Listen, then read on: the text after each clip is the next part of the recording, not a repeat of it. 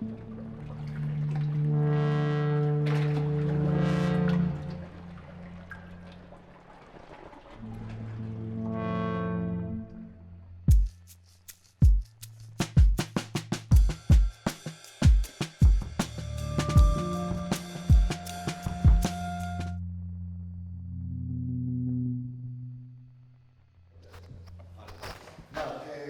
gracias por vir a todos esta mañá de temporal a Mares do Fin do Mundo aquí en este marco tan bonito da Ría de Muros en Olla, aí frente en Olla, o esteiro do Tambre, este é o maior banco marisquero da zona.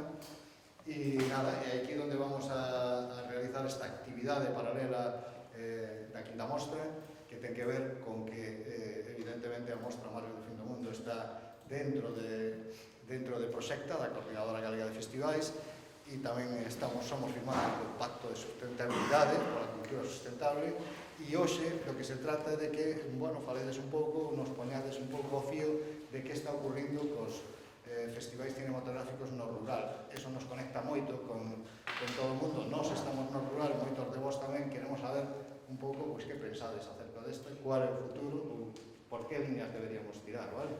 Nada, por deixo xa. Moitas gracias. Gracias, Marcos. Pois nada, bons días a todos e todas. Eu empezo presentándonos un pouco as expertas e expertos que temos aquí. Empezamos por Ángel Sánchez, cofundador e director de Play Doh. Moi bons días. Hola, que tal? Jesús Silva, que é crítico cinematográfico e programador en Mares do Mundo, neste festival no que hoxe estamos. Por aquí a miña esquerda Xisela Franco, cineasta, documentalista, curadora de numerosos festivais de cine galegos. E Manuel Pena, que é o director do Festival Internacional de Curtametraxes FICBUEU. Si vos parece, empezamos polo anfitrión, ubicándonos nesta Mostra Internacional de Mares do Fin do Mundo, que empezou hai 5 anos nun concello de menos de 4.000 habitantes, en Carnota, que dende hai 3, e agardamos que por moitos anos máis, continúa neste concello de Outes, uns 10.000 habitantes, máis ou menos, que non é algo raro en Galicia, sino que é un pouco a realidade galega, non? 8 de cada 10 concellos teñen menos de 10.000 habitantes. Iso entendo que é razón máis que suficiente para que a cultura, a dinamización cultural, neste caso, da man dos festivais de cinema, pois non se manteña a esa realidade, non? Que é de moitos galegos e galegas.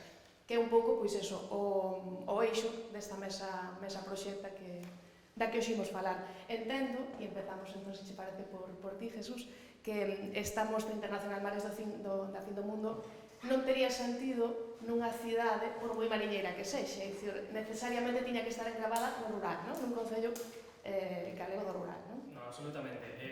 Isto ademais parte da súa propia concepción, non? Eu hai 6-7 anos, cando coñecín ao director da mostra, Marcos Gallego, xa por aquel entón tiña a idea dun proxecto que de algún xeito vinculase os distintos finisterres europeos, non? El dirixira uns anos antes unha peza documental chamada Lira, sobre a reserva mariña dos Miñarzos, coa que estivo rodando por varios festivais europeos e que foi moi ben acollida en sitios como Bretaña ou incluso no norte de Noruega. Tivo moi boa recepción e, pois, a través destes encontros coa poboación local, deuse conta, evidentemente, de que había moitos problemas, moitos intereses compartidos. E era unha idea que el tiña. A min, dende o principio, atraeume moitísimo, porque tamén teño ese interese especial ou esa vinculación coa periferia, co cinema periférico, e inspirándonos tanto no traballo de outros festivais, como pode ser o Peseus do Mont, un festival que se fai na Bretaña francesa, que é como referente para nós en cinema sobre o mar e sobre a pesca, e no traballo que se facía xa en Galicia, en festivais que levaban máis anos que nós, máis veteranos en concellos pequenos, pois decidimos lanzar isto adiante. Comezamos, como dicen, en Carnota, cunha mostra moi pequeniña de 2 días que organizábamos na Lonxa Bella de Lira, que é como un espazo moi significativo, pero claro, co tempo o festival foi se desenvolvendo, fomos engadindo seccións. O ano pasado incorporamos finalmente unha sección competitiva, o festival foi medrando, pero dende un primeiro momento sabíamos que non tiña sentido se non era aquí. Un festival que naceu vinculado á periferia para conectar estas rexións que pensamos que a súa localización xeográfica imprime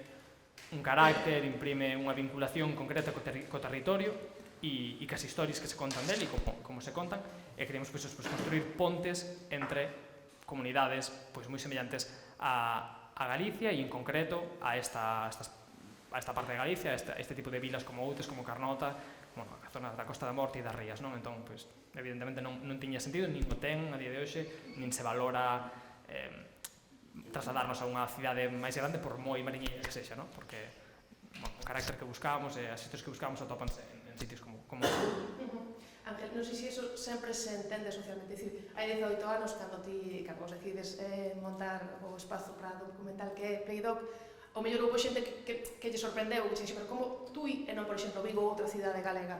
Sí, bueno, primeiro que di el, primeiro está un pouco a idea, non? O proxecto que queres levar a cabo. Nos naquel momento, no ano 2004 ou así, tiñemos a idea de facer un festival dedicado exclusivamente ao cinema de no ficción, non? En ese momento era un momento de eclosión dese tipo de cinema, pero nos festivais prácticamente non existían en seccións paralelas e tal, empezaba a colarse un pouco nos grandes festivais, incluso en seccións competitivas importantes, non? Entón, eu non estaba en Tui, son unha das razones pola que é Tui, porque son original de ali, pero inicialmente estaba a idea de facer un festival dedicado a este tipo de cinema, non? E despois, nese momento, nos empezamos a viaxar un pouco por festivais internacionais, e o que notábamos é que nos grandes festivais se perde un pouco a escala humana, ese contacto directo con os realizadores, a posibilidade de entrar, de buscar espazos de debate un pouco máis de escala humana, non? En ese momento, en Tui se pechaba a última sala de cinema que había, e se abría un macroteatro destos os grandes auditorios que empezaron a abrir por toda Galicia en todos esos momentos, non? Construccións, e de repente dicimos, bueno, pois, en un lugar fronterizo vamos a propoñer un cine tamén periférico, fronterizo, entre a ficción e o documental, un lugar que ten escala humana, con un atractivo, digamos, turístico e un entorno natural interesante que nos permitirá un pouco tamén seducir, porque queríamos ter ese carácter internacional, non? Un carácter internacional, pero que conectase tamén con o local, ese entorno, digamos, seductor, digamos, para invitados internacionais e xente que ven de fora, pois tamén era un valor engadido que queríamos cultivar. E despois, pois, iniciamos un proxecto abocado ao fracaso dende o principio, porque era como pensar nun cinema certamente un pouco arriscado naquel momento, para un espectador que era un pouco neófito nese tipo de propostas cinematográficas, pero con moita ilusión, absoluta valentía nese momento de decir, veña, pois vamos a apostar por isto, e sobre todo tratar de ter unha vocación de como educar a mirada do espectador, o sea, de xerar certa militancia con respecto a un tipo de cine e traballar como a medio ou longo prazo, non? O sea, entendemos sempre nós que os espectadores é mellor un espectador fiel que alguén que fluctúa, que aparece e se vai, non? O sea, conseguir certa militancia sobre un tipo de propostas que haces. E o festival, milagrosamente, ainda estamos tratando de entender por que neses primeiros anos se enganchou moi ben. Temos unha sala de 500 espectadores, que é unha cousa como moi loca, porque de repente unha sala de cine normal que ten 80 butacas e tal, pois metes 50, 60 e te queda unha sala apañada e tal, pero era un gran reto para nós ao principio, pois ter un teatro tan grande, ao mellor ter unha entrada de tal, e pensamos incluso tapar moitas butacas para que non parecera, non? Pero, insisto, milagrosamente, sin encontrar realmente a explicación nese momento, o festival se enganchou ben e cada vez fomos con unha programación cada vez sendo incluso máis arriscados todavía. E ao longo dese tempo pois entendimos que a nosa filosofía era primeiro facer un pouco esa labor cinéfila de rescatar un pouco a historia do cinema máis oculta a través de retrospectivas, traer o cinema internacional máis vanguardista do momento, pero tamén conectarnos con o territorio. Non podíamos mirar a outro lado, tínhamos que saber onde estábamos. Moita conexión, por exemplo, con a parte de Portugal, porque estábamos xusto aí na fronteira, e tamén por o noso entorno, o sea, Tui ten 16.000 habitantes, pero realmente o casco urbano son 5.000 aproximadamente, o sea que basicamente todo un entorno rural. E a través, pois, actividades de formación, obradoiros, conexión con o patrimonio que ten Tui, actividades un pouco que vinculen un pouco a a parte da cidadanía en canto a participación directa nese tal, temos aí unha serie de proxectos que, se queres, logo falamos deles que de alguna maneira fixéronlle partícipe ao entorno do festival. Moita conexión con o cinema galego, nese momento estaba unha eclosión do que se chama o novo cinema galego, se entende como tal, e era unha xeración nova que estaba facendo o seu tal, e estaba eclosionando, e os festivais, non só o noso, sino outros moitos festivais, como que de alguna maneira fixeron un pouco de altoparlante desa nova tal, e se xenerou unha especie de comunidade activa en torno aos festivais. E esa nosa experiencia, entendremos que os festivais de dimensión, digamos, pequenas ou medianas, porque en Galicia prácticamente son todos así, sabes? Incluso os de as cidades son festivais que eu entendo tamén como festivais rurais, de algún xeito, non? Porque as cidades galegas teñen esa cousa que estamos conectados, somos moi provincianos no sentido positivo da palabra, non? E todos temos pois esa dimensión que articula como un ecosistema de festivais desplegados un pouco, máis ben todos un pouco enfocados ao lado atlántico, non tantos no interior, pero que si os agrupas poderíamos ser como igual de potentes, vanguardistas, exploradores e tal, como que poden ser, ao mellor, a dimensión dun gran festival como San Sebastián, Sevilla, ou Sitges, ou tal. Sumas todas esas potencialidades e as diversidades que temos en múltiples festivales de Galicia e nos dá esa potencialidade, ese recoñecemento de fora de que se están facendo cousas moi interesantes, inda que sexan proxectos de resistencia e un pouco ir a contracorrente do que de algún xeito podería ser festivais máis estándar. E por aí un pouco podemos arrancar, se queredes, falando dos nosos proxectos ou de... Sí. Un pouco tamén o caso de Cicbueu, non? Tamén unha vila de un concello de 12.000 habitantes, máis ou menos. Supoño que 15 anos tampouco entraban nas quinielas, pois eso, para converterse en referente internacional do cinema, ou sí, non sei, como foi ese comento? Pasou un pouco parecido tamén, como comentaba Ángel, de un pouco un éxito inesperado. Conto a veces como foi aquela primeira proxección do festival, que, bueno, iniciamos un proxecto de un festival de cortametraxes, sabendo que a maioría da xente non ve habitualmente cortametraxes, non as coñece. Entón, as nosas expectativas aquel primeiro día, a pesar de que confiamos que tiñamos unha boa selección de películas, pois foi facer 60 papeletas de votación, porque, bueno, había votación do público, 60 exitazos. E aparte, nesa primeira edición tiñamos moi pouco orzamento, co cal a difusión fora moi pequeniña. Ese primeiro día xa viñeron 160 persoas, nos quedamos en as papeletas, e a partir de esa semana, que o festival duraba 5 días, pois esas 160 persoas se foron incrementando diariamente, por boca a boca dentro da vila, e rematamos con perto de 200 persoas por sesión esa primeira edición, sen entender moi ben como suceder aquilo. Durante os seguintes 4 ou 5 anos foi increcendo,